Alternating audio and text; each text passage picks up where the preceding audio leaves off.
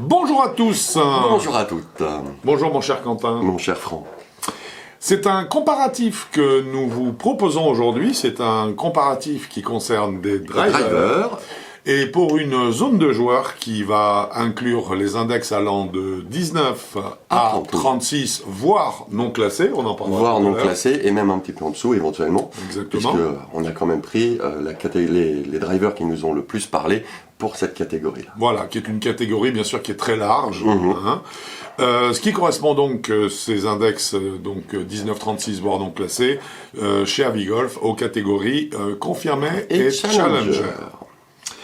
Nous avons 5 drivers que nous avons présélectionnés, en fait, puisque comme on vient de le dire, c'est une gamme qui est très large, donc en fait, il y a énormément de clubs qui sont dans cette catégorie-là, et nous avons fait une sélection de ce qui nous semblait être le plus parlant, je dirais, voilà. Donc, nos 5 prétendants sont, dans l'ordre, le TaylorMade Stealth HD, High Draw. Exactement. Qui a reçu une note pour nous de 15,5 sur 20 et qu'on conseille donc pour les 19-36. Ce qui sont donc pile dans la cible des joueurs confirmés et challenger. Ensuite, nous avons le driver On-Off AK22 qui lui a reçu une note de 15 sur 20 et qui va de 28 à non classé. Faudrait que je l'écrive plus gros, moi. Oui, je vois que l'âge frappe à la porte de tout le monde. Nous avons ensuite le Benros Delta X. Qui lui a reçu une note de 17,75 sur 20. Très bonne note. Très bonne note, et qui va de 19 à non classé. Donc non seulement il est en plein dedans, mais en plus il est très large. Disperse. Absolument. En quatrième driver, nous avons le Callaway. Le Rogue ST Max. Qui a reçu une note de 17 sur 20 de nos soins. Absolument. Et qui va de 10 à 36. Donc même s'il va aussi un petit peu en dessous, au moins il est en plein dedans. Mais en tout cas, il est toujours dans la gamme exactement des 36 d'index. Des 19-36. Des 19-36 qui concernent ce comparatif. Et en dernier lieu, nous avons le Wilson Launchpad 2. Qui lui a une note de 17 sur 20 et qui va de 19 jusqu'à non classé, lui aussi. Voilà, donc lui aussi un spectre très large. Voilà.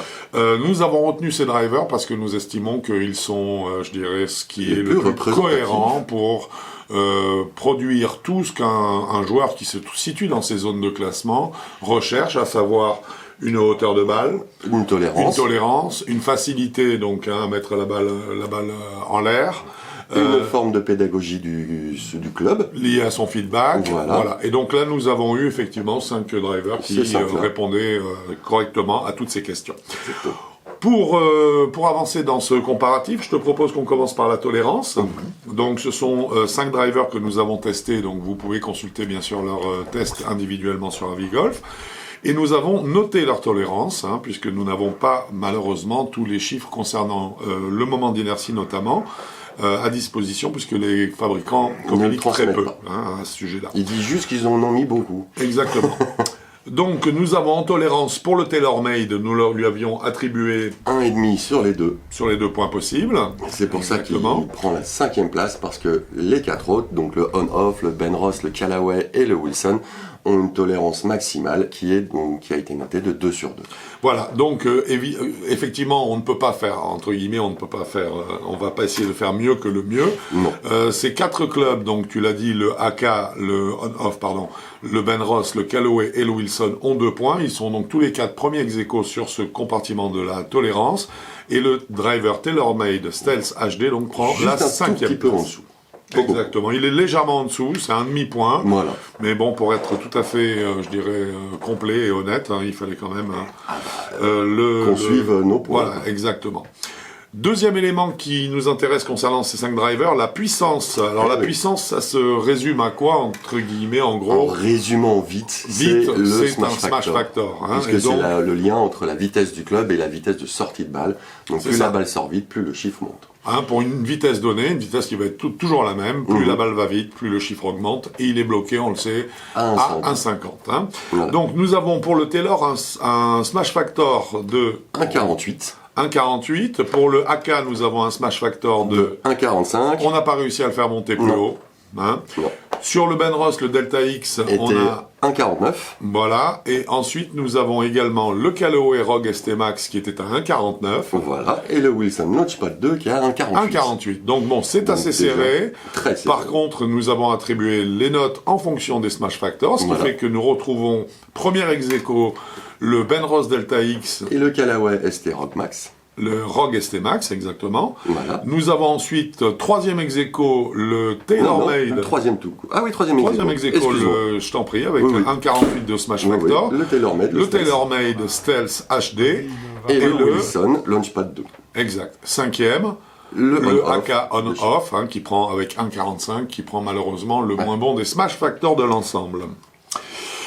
Nous sommes d'accord là-dessus. Alors, il est évident que vous avez deux tableaux qui vont apparaître au cours de cette vidéo. Un tableau qui va vous donner tout le data qui a été déjà donné lors des tests individuels, donc qui va être compilé sur un tableau résumé. Puis un deuxième tableau qui va vous répéter le classement que nous vous donnons catégorie par catégorie, de façon à ce que vous puissiez un petit peu étudier tout ça et voir si vous trouvez parmi eux la catégorie et le club qui vous convient vraiment, convient le plus ou qui se rapproche le plus de ce que vous recherchez. Voilà. Alors maintenant, un chapitre assez important, on va dire, quel que soit le niveau, mais ici aussi c'est très important, c'est la qualité des trajectoires de balles. À savoir que les 5 clubs, les 5 drivers ont été testés avec un loft identique qui est de 10,5. De 10,5. On essaye toujours de toute façon tester tous les drivers en 10,5, ce qui est le standard, et comme ça on est sûr d'avoir un comparatif qui tienne la route. Absolument. Voilà. Alors, on peut parler des taux de spin également. C'est intéressant parce que ça définit la tolérance, la facilité que va avoir la balle à s'élever.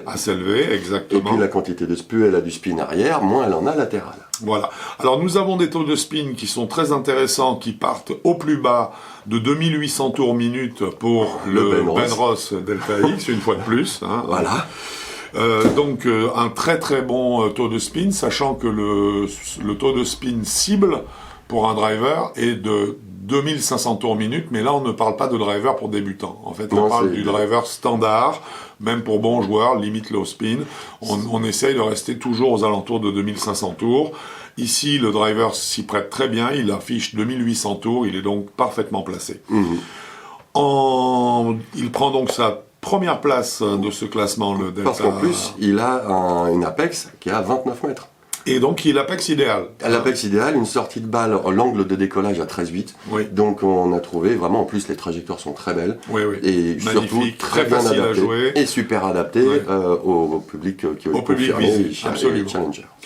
Donc, du coup, ce driver a pris la première place ex-aequo. Alors, ex-aequo avec qui? Avec le driver on-off, le AK22, qui est toujours 10,5 de loft.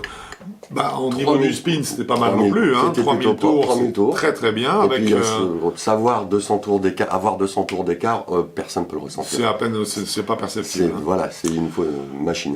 Donc là, nous avons dit 3000 tours minute. Voilà. Donc cette fois-ci, on est quand même très proche, on l'a dit, de l'idéal, de 2005.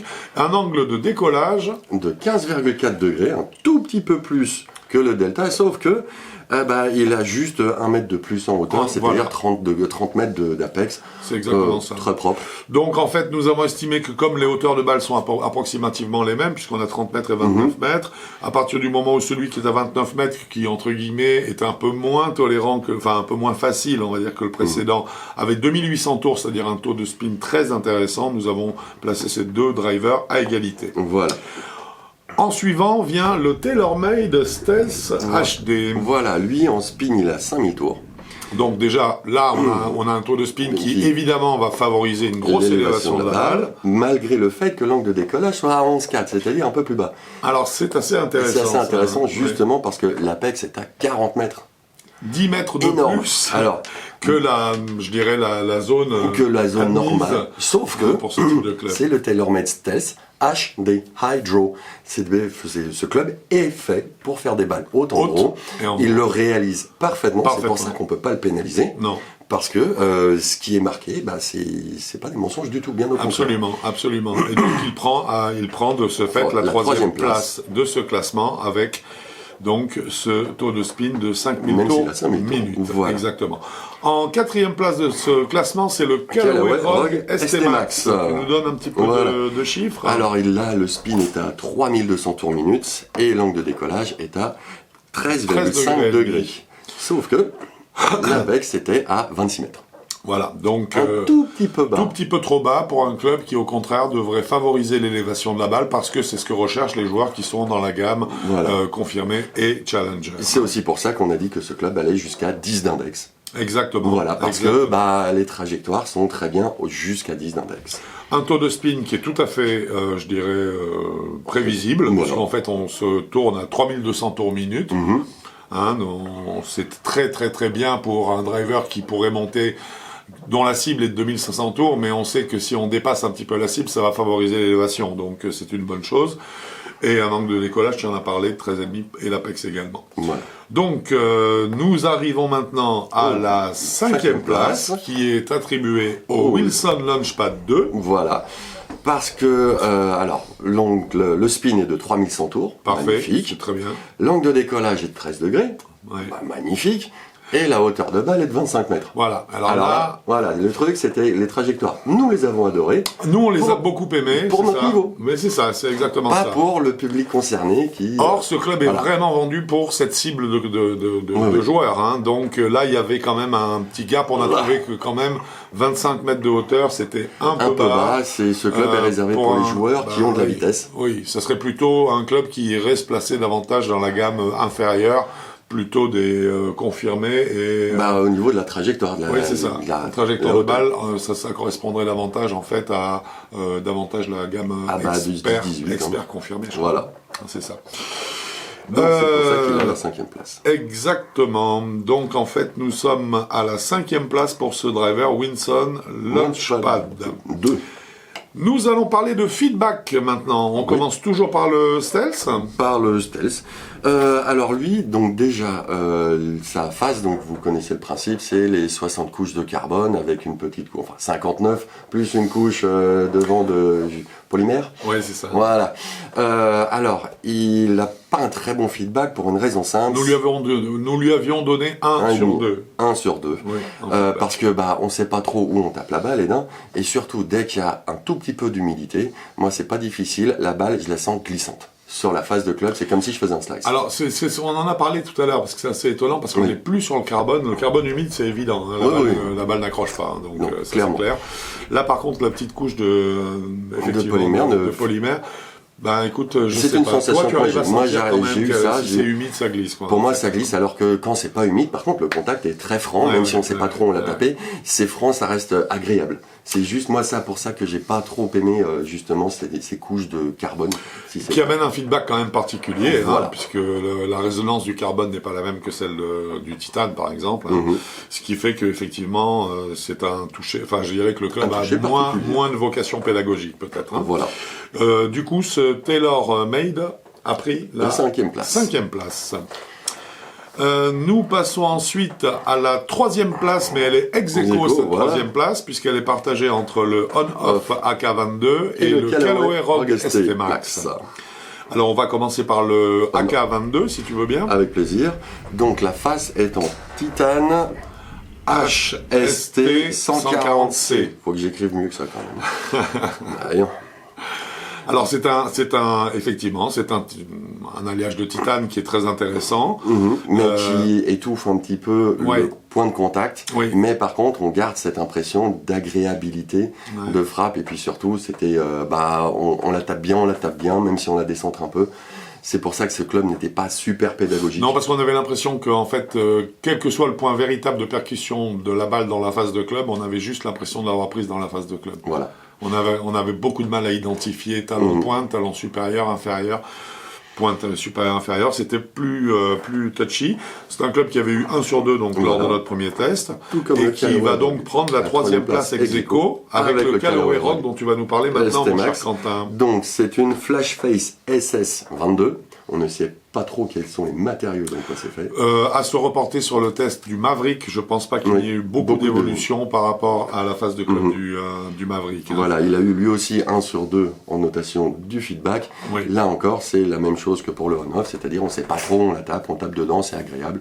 Ça marche bien, ça fonctionne. Dans le sens où ça fonctionne. Voilà, ça fonctionne, mais si on veut s'améliorer et se dire, tiens, aujourd'hui je fais un peu plus de pointe que de talon, un peu plus que dans le centre, là on peut pas. Non, donc c'est une zone agréable, on tape dedans. Voilà. Donc on a dit troisième ex-aequo ici, et puis du coup on se retrouve avec deux premiers ex-aequo, voilà. Qui sont on va commencer par le Wilson Launchpad 2 si tu veux bien, tiens. Lui qui a une phase PKR qui s'appelle Peak Kinetic Response. Voilà. Très fort. En tout cas, ça lui a permis d'obtenir 1,2 1,5 sur 2, lors du test individuel. Voilà, parce que là, on savait à peu près, on la tapait. Oui, c'était pas hyper précis, mais bon, la tolérance. On peut pas avoir le beurre et l'argent du beurre une fois de plus. Plus on a de tolérance, moins on a de clarté sur le feedback. Hein. Exactement. Mais avec celui-là, on en avait quand même, donc c'était très agréable. Moi, je me souviens que malgré cette tolérance, il y a quand même un peu plus de toucher. Celui-là, pour moi, il était un peu plus pédagogique. Oui. Je suis absolument d'accord. Voilà, tout comme le Ben Ross, le Delta X. Ah on va en parler à l'instant, parce que c'est lui qui est premier ex-aequo aussi avec pourquoi j'écris si petit, moi voilà. C'est une face multi-épaisseur avec un corps en acier inox 431. Alors bon, c'est de l'acier inox 431, c'est dur. Voilà. Mais il est évident par contre que ça va permettre de créer de la puissance. D'ailleurs, on l'a vu au niveau du Smash Factor qui était à 1,49. Et j'avoue que celui-là, tout comme le Wilson, le Launchpad 2, il est pédagogique. Oui, absolument. Donc, alors, pas pointu, mais on se dit, voilà, c'est un peu pointe, un peu talon, un peu en haut, un peu en bas. Oui, savoir à 2-3 mm près, non. Mais par contre, on se dit, tiens, oui, là j'ai fait des pointes, là pourquoi aujourd'hui je suis en train de faire des pointes? Là oui. Donc ces deux clubs-là, c'est pas pour rien qu'ils prennent la première place. Exact. Avec toujours la même tolérance. Hein. Exact. Et puis, écoute, on a une dernière catégorie qu'on doit explorer. Ah oui. Hein? Le prix. Eh c'est le tarif. Le prix du club. Hein. Le prix public. Le prix public, oui, absolument. Voilà. Le prix catalogue. Hein. Donc, écoute, on va commencer par le 5e peut-être. Le 5e. Hein? Le 5e. Le 5e en matière de prix, c'est le driver on-off AK22 qui sort à 760 €. Yaha. Voilà, c'est la qualité, la finition du club est parfaite, les matériaux employés sont très beaux, rien à dire, la cosmétique est sympa, mais bon, 760 €, c'est un gros budget. Hein. Voilà.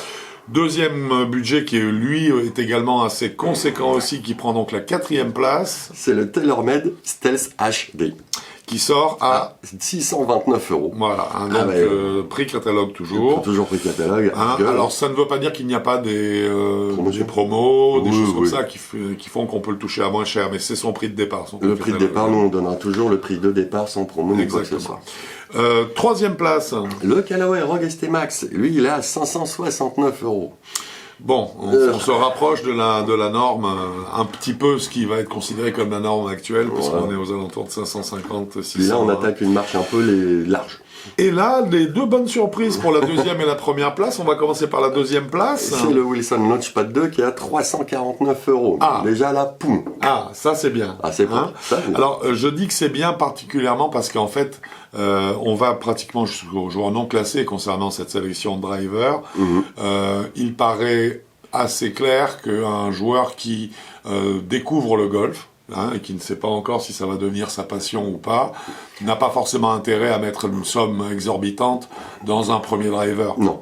Ça, non. Et puis, de toute façon, il vaut mieux avoir quelque chose d'hyper tolérant. Voilà. À la limite, moi, ce que je préconise souvent, c'est un bois 3 avec une face épaisse. Tout à fait. Assez haute. Tout à fait. Pour les joueurs non classés, c'est ce qui va se passer. C'est ce qu'il faudrait faire. De toute façon, on arrive aussi sur des drivers à 12-13 degrés. On est d'accord. Et puis, il suffit de regarder notre tableau d'angle de décollage. On a dit que pour les faibles vitesses, du 15 degrés n'était absolument pas aberrant. Au contraire, c'était le mieux.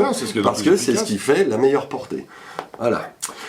Donc, on va quand même revenir au celui qui a la palme là. Au niveau la palme, écoute, c'est le Ben Ross Delta X qui sort à 229 €. Alors ça paraît assez incroyable. Pendant les dents. Ouais, ça paraît assez incroyable parce que vraiment, nous l'avons, lorsque nous l'avons testé, on a été vraiment très séduits par la qualité de la l'homogénéité de ce cosmétique. club. En fait, il était puissant, facile, agréable, Là, il fait un tolérant. assez global. C'est un club qui nous a beaucoup impressionné Voilà. et c'est pourquoi, dans ce comparatif, nous terminons toujours par vous indiquer si nous avons eu un coup de cœur ou pas.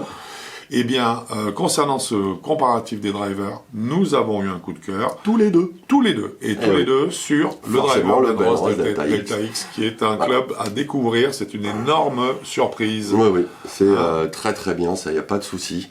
Il nous a impressionnés parce que s'il est vraiment hyper adapté au public visé. Ah oui, il est totalement... Puisque en plus, nous on l'a mis de 19 à non classé. Ils ont totalement compris les besoins. Quelqu'un qui commence le golf depuis 3-4 mois, normalement, ça y est, il sait s'il est golfeur et s'il va être golfeur ou pas.